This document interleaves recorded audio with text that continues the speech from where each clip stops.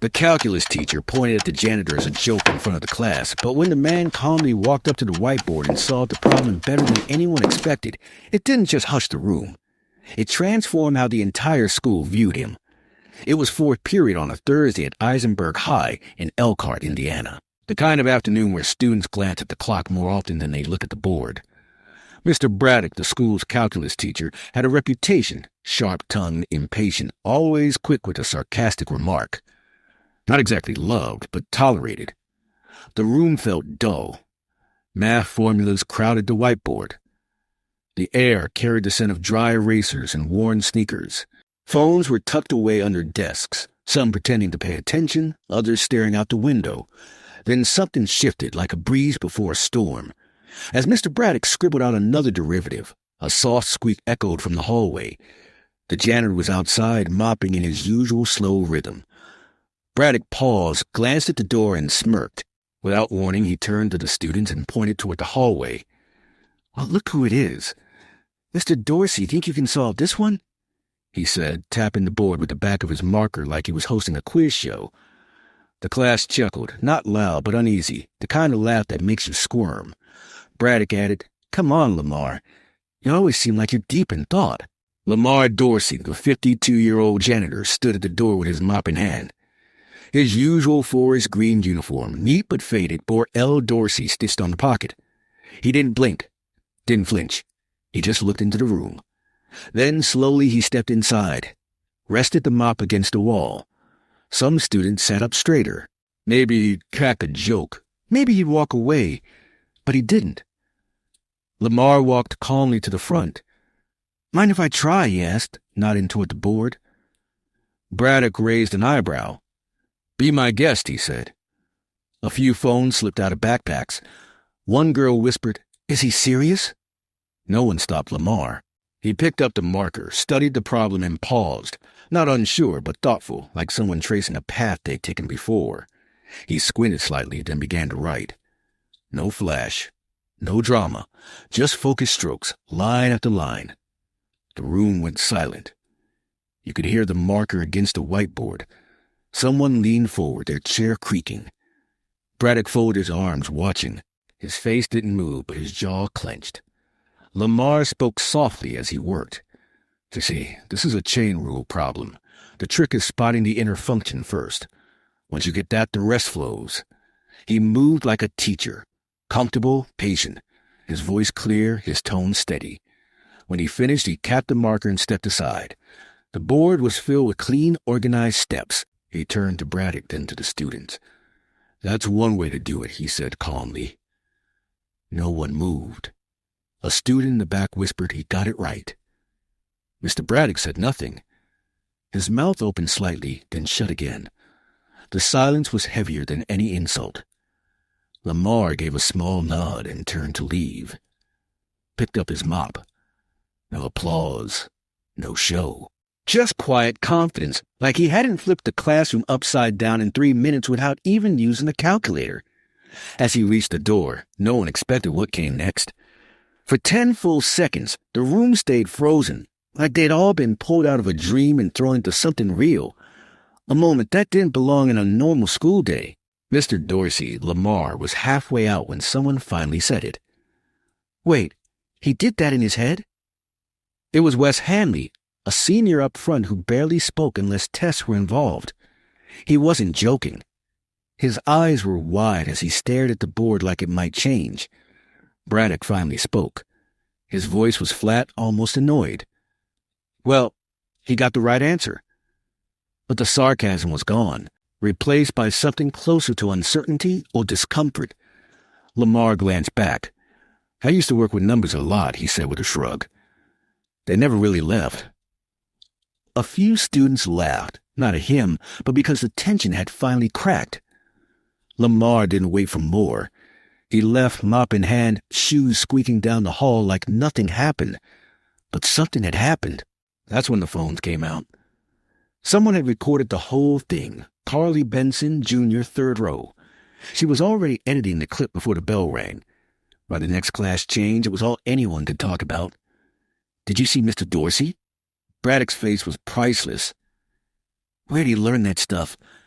I thought he just cleaned floors. By lunch, the video hit TikTok, then Instagram. It wasn't fancy, just shaky footage of Lamar's hand solving the problem while someone whispered, "Yo, he's solving it." The caption read, "Our janitor just smoked the calculus teacher." Some laughed. Others stared. But the buzz kept spreading. Even the teacher's lounge wasn't quiet. "You're telling me he did that chain rule in his head?" asked Miss Lynn, the physics teacher, mid-bite into her sandwich. "He did," muttered Mr. Crane, the English teacher. "No notes, didn't even slow down. It was like instinct." Braddock sat in the corner, pretending to grade. He didn't speak. But Principal Everett did. "He's been here 6 years. No one ever told me he had an academic background." Head shook. No one knew much about Lamar. He came early, left late. The floors were spotless. The lights never stayed out long. He worked quietly. But now? He wasn't just a janitor with the mop. Out in the hallway, a group of kids waited outside the janitor's closet. Not to complain. Not for cleaning supplies. They just wanted to talk. One boy, barely 12, clutching his geometry book, asked, "Do you tutor?" Mr. Dorsey, Lamar, blinked and replied, "I haven't done that in years. Maybe you should try." "That was really impressive," the kid observed. Lamar chuckled, his laugh more pleasant surprise than dismissal. The following day, in third period, Mr. Braddock's demeanor had noticeably changed. He no longer made quips or randomly called on students. Instead, he taught with his gaze fixed on the board and his voice more measured than usual. No one directly commented on it, yet everyone sensed a difference. After class, Wes approached him. "Mr. Braddock, what happened with Mr. Dorsey yesterday? You used the same method we learned last week, the chain rule, right?" Braddock gave a single, affirming nod. "Correct, but I explained it a bit differently," he replied. The true shock, however, wasn't the solution itself. It was Lamar's quiet comment afterward. Lamar Dorsey had intended to steal the spotlight. He'd never cared for being the center of attention, not since he was young. So when students began gathering by the maintenance closet just to chat with him, and teachers started giving him long, lingering looks in the hallways, he felt off balance. He kept his head low and continued his routine, refilling paper towels, mending a leaky faucet in the boys' locker room, wiping down cafeteria tables. Yet he could sense the shift, a change in how people regarded him, as if they were trying to fit him into a new image they'd just discovered. It wasn't only curiosity, there was a mix of confusion, respect, perhaps even regret, all of which made him uneasy. That same afternoon, Principal Everett invited him into the front office. Lamar stepped in, still wearing his gloves and his damp uniform from working under the cafeteria sinks. Removing his cap as a sign of respect, he listened as Everett leaned forward, hands clasped. "Lamar, may I ask, do you have a background in education or engineering?" Lamar hesitated, glancing downward as if dusting off a memory he'd long neglected. "I went to Purdue," he said softly, "studying mechanical engineering on a full scholarship." The principal's eyebrows rose in surprise. "You're serious?"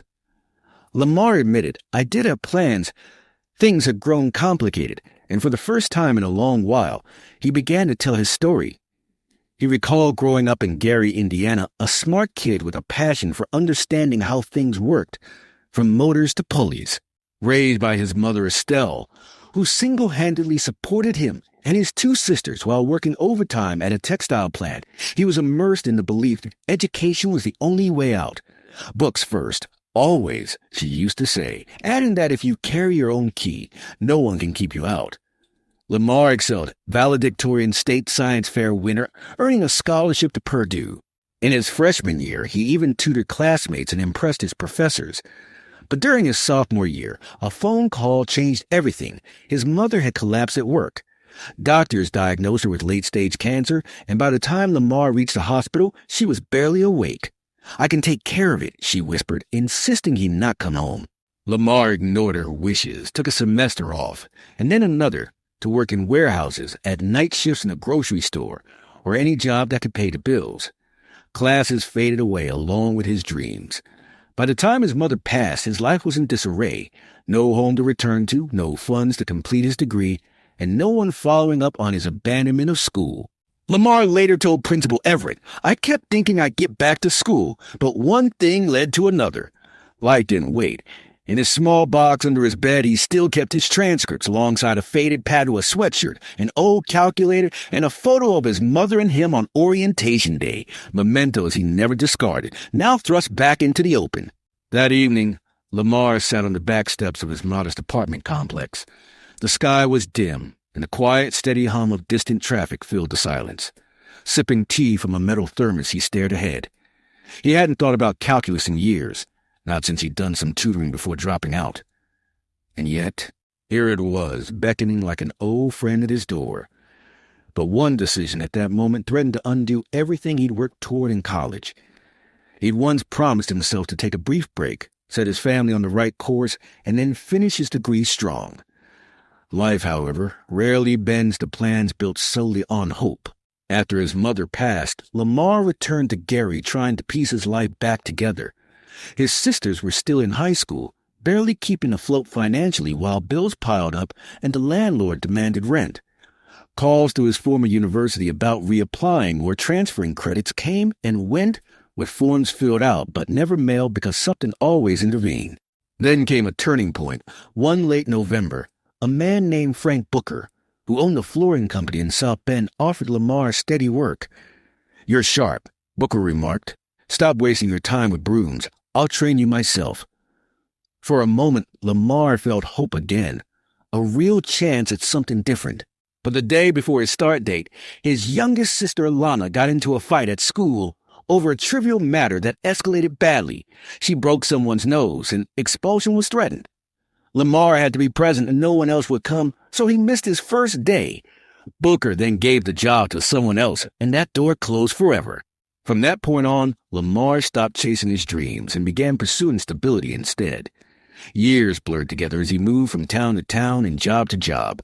He never had any trouble with the law, never built a notorious reputation. He simply survived. By the time he settled in Elkhart in his early 40s, he wasn't searching for a fresh start, only a reliable paycheck. He accepted the janitor position with the school district without hesitation. He appreciated the consistency of the work, the steady routine, the solitary task, and though the teachers gave him polite smiles and he remained anonymous, he didn't expect friendship or connection. He kept his head down, cleaned up messes, and vanished before the final bell rang. But numbers had never truly left him. Occasionally, as he passed a math class, he would glance at the board, see a formula, and complete it in his head, a vestige of his former skill that persisted like muscle memory. There was a part of Lamar that had stayed sharp, even when everything else got buried beneath years of routine. Most nights, he'd head home, cook a quiet meal, usually grilled fish, brown rice, maybe some steamed carrots, and flip through an old engineering textbook he kept stashed behind his cereal boxes, just to test himself, just to see if he still had it. He always did. He just hadn't had a reason to show it until the day Mr. Braddock called him out in class. Now, things were shifting. Not just around the school, but inside Lamar himself. He kept thinking about the students who now waited outside his supply closet with math questions. About Wes Hanley showing up that morning with a folded piece of paper and asking, "Mr. Dorsey, I tried to solve that same equation. Can you check it for me?" And Lamar had. Patiently, carefully, he walked Wes through the mistake, without making him feel stupid. When Wes finally got it, he smiled, not just because he figured it out, but because he felt seen. And that feeling stuck with you. But not everyone was pleased. Braddock, for one, had gone noticeably silent. Too silent. Students noticed. Teachers did too. Getting outshined in front of your class, especially by someone you never gave a second glance to, was enough to shake anyone. He didn't lash out, but his tone became sharper, his patience thinner. When someone in the staff lounge mentioned Lamar, Braddock changed the subject. He wasn't used to being outdone, especially not by someone who had, up until now, been invisible to him. But life had another twist waiting, and this one led Lamar right back to math. The video didn't just make rounds at Eisenberg High, it spread. It began with a repost on a local student Instagram page, "When your janitor is smarter than your teacher." Then it popped up on a regional education forum. By the weekend, it had crossed state lines. People online couldn't believe it, and they weren't mocking Lamar. They were stunned. Dude broke it down cleaner than my college professor. Give this man a classroom and a marker, not a mop. Proof, people said, that you never know someone's story. By Monday morning, Lamar had no idea any of this was happening. He didn't use social media. He still carried a flip phone. That morning, like every Monday, he clocked in and fixed a jammed paper towel dispenser in the girls' restroom. But something felt different. Teachers paused their conversations when he walked by. Students nodded at him, not out of obligation, but with something else. Respect. A few even smiled like they were really seeing him for the first time. "Hey, Mr. Dorsey," a girl called out as he passed the library. "You're kind of famous now." Chuckled. Don't believe everything you hear. But when he rounded the corner, Wes Hanley was waiting with two other students. One held an open calculus book, a pink highlighter marking a problem. "Would you mind helping us walk through this?" Wes asked. Lamar looked around, a bit puzzled. "You have a free period?" And just like that, right there in a hallway lined with lockers and science fair posters, Lamar sat cross-legged on the floor with three teenagers, guiding them through a multivariable problem, step by step, line by line. He wasn't lecturing them. He was talking with them. It wasn't loud. It wasn't flashy, but it was real. Someone recorded it, quietly. Lamar didn't know. He wouldn't have liked that. Meanwhile, in the front office, Principal Everett was on the phone with someone from the school board. "Yes, that's right. Lamar Dorsey. Been with us 6 years. No, he's not on staff. He's our custodian." He paused. "Well, I wouldn't say it's unconventional. I'd say he was overlooked." In the staff lounge, Braddock sat reading an email forwarded by a parent. No subject line. Just a link and a message. "Thought you'd want to see this." He closed the laptop without hitting play.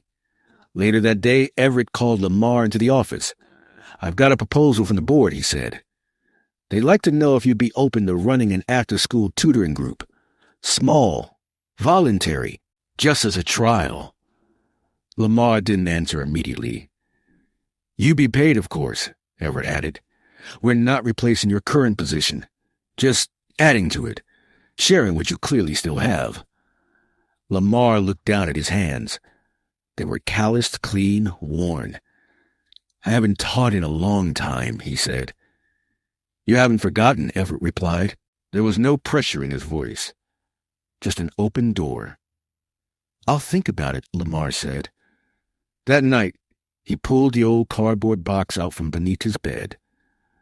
The one with the Purdue sweatshirt, his transcripts, the photo of him and his mom from orientation. He hadn't looked at it in years. He laid everything out on the kitchen table. The paper had yellowed, the edges curled, but the words, the memories, they were still there. That's the thing about knowledge. It doesn't disappear. It waits. He didn't care about going viral. The views didn't matter. But the idea that he could still matter, still make a difference, that stirred something in him. Yet, while some were inspired, others felt threatened by his rising attention. The more recognition Lamar received, the more the school dynamic started to shift. It began with the students. They were the first to change. The ones who used to pass him in the hall without a glance now stopped to say good morning. Some even asked for homework help between classes. By the end of the second week, a small circle of students had unofficially formed. They called themselves Dorsey Sessions. They met after school in the library. Heads down, notebooks open, while Lamar explained complex concepts with clarity and patience no one had anticipated, but everyone respected. Then came the teachers. Most were encouraging. Miss Lynn from physics was the first to drop by the library and quietly observe him working with students. "You've got a gift," she said softly. "And not just with math." But Braddock still hadn't said a word about Lamar, not since the day in class. In the teacher's lounge, he acted like nothing had changed. But his bitterness leaked through his silence. His sentences were short. He avoided eye contact with Lamar, and he never brought up calculus again. At a parent-teacher meeting, when someone praised Lamar's influence on student engagement, Braddock replied stiffly, "It's good they're excited about math. Let's just make sure we don't confuse instruction with inspiration." On the surface, it sounded respectful, but the tone underneath? Everyone heard it. The principal didn't let it slide.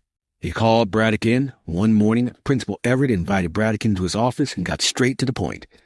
"I know it stung," Everett said, "but Lamar didn't embarrass you. He inspired them." Braddock shifted in his seat. "He's not qualified." "He's more educated than we ever knew," Everett replied. "And more importantly, he's connecting with students in a way the rest of us haven't." Braddock opened his mouth as if to argue, then closed it.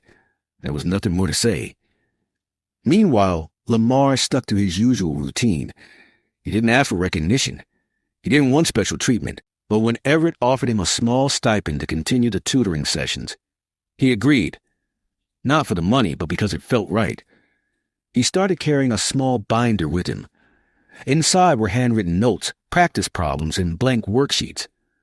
During breaks, he'd sit in the corner of the cafeteria, scribbling formulas from memory. Now and then, a student would call out, "Hey, Mr. D," and he'd look up, smile, then go back to work.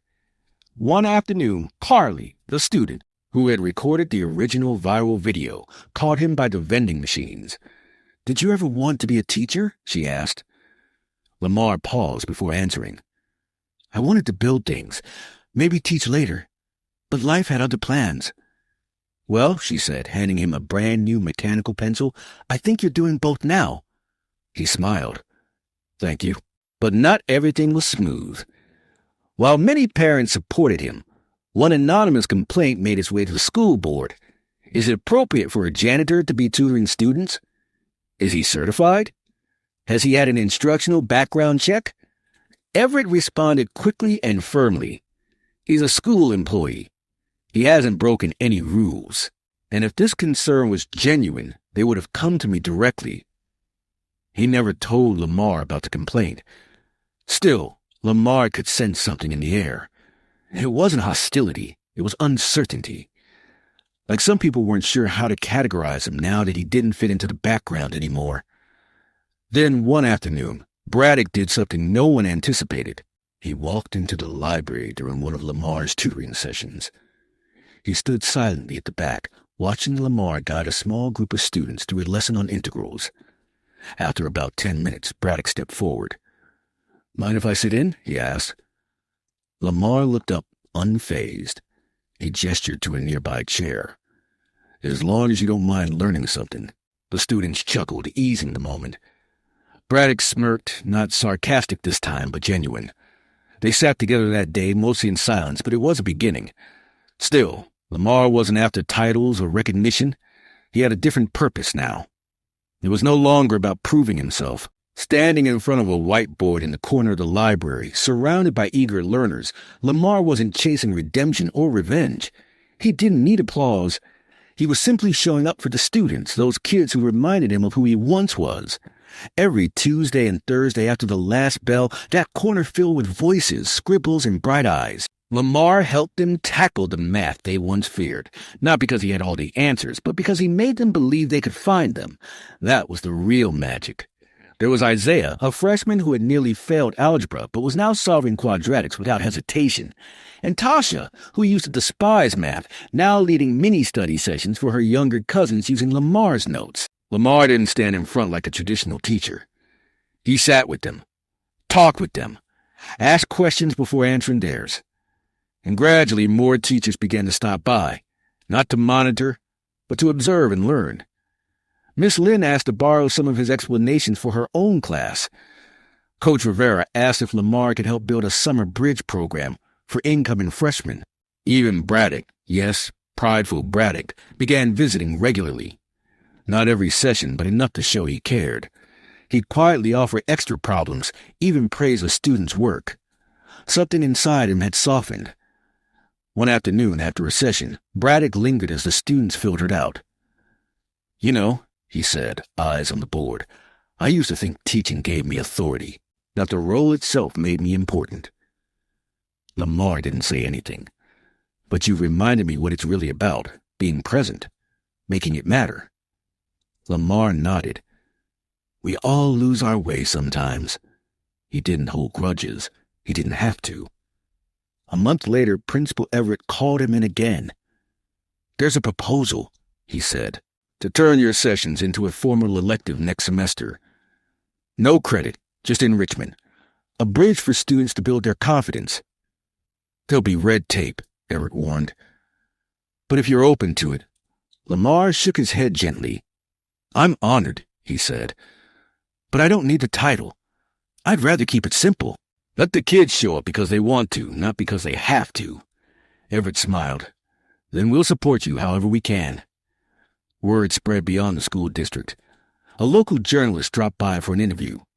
Lamar kept it brief. No big story, he said. I'm just helping them see what's already inside. Sometimes it just takes someone to point it out. In the spring, Eisenberg High held its annual student showcase. Choir performances, science exhibits, artwork. And in a quiet corner of the gym was a table titled Dorsey's Table. There were handwritten notes from students, reflections on math, life, and newfound confidence. They didn't thank Lamar for giving them answers. They thanked him for listening, for believing in them. By the end of the night, people no longer asked, "Isn't he the janitor?" They said, "That's Mr. Dorsey." He didn't wear a suit. He didn't give a speech. He stood by the table, smiled, and thanked each student who stopped by. Later that evening, back at his apartment, he opened the box under his bed, the one with the old Purdue sweatshirt. He didn't put it on. He folded it neatly and placed it into a new storage bin next to a folder filled with student thank you notes. Legacy, he realized, isn't about titles. It's about the impact you leave behind in others. He didn't need to finish school to teach. He didn't need a degree to lead. He just needed to show up and care. And that's exactly what he planned to keep doing. Thanks for hearing Lamar's story. If it touched you, if it reminded you of someone who once believed in you or someone you might have overlooked, share this. Subscribe,